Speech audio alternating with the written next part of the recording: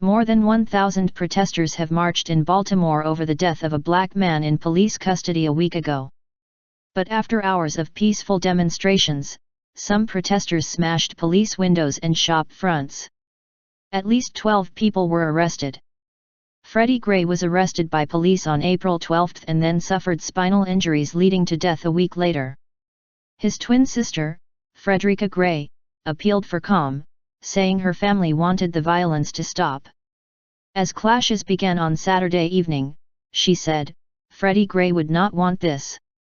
The Baltimore Mayor, Stephanie Rawlings-Blake, speaking alongside Ms. Gray, said she was profoundly disappointed by the unrest, blaming it on agitators.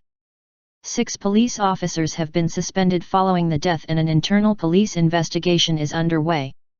Gray, who was 25, is the latest of a series of black Americans to die in police custody in recent months, triggering angry protests accusing the police of brutality. Baltimore has seen daily protests since his death on Sunday, but Saturday's was expected to be the largest so far. One of Saturday's rallies, organized by the People's Power Assembly, made its way from the Sandtown neighborhood where Gray was arrested to the Western District Police Station, where an ambulance was called for Gray once he arrived in a police van, injured. Another rally, called by Black Lawyers for Justice and other groups, congregated outside City Hall. Things will change on Saturday, and the struggle will be amplified, Malik Shabazz of Black Lawyers for Justice told WBAL-TV Baltimore.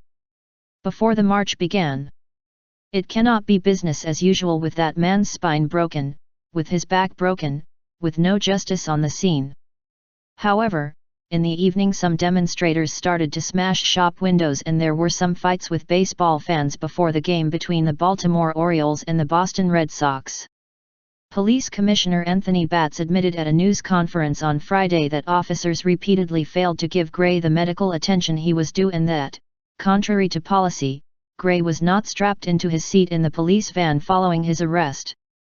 The police will report the findings of their investigation on May 1, when protesters hope the 6 suspended police officers will be charged, and have vowed further protests if they are not. An independent review by state prosecutors will follow.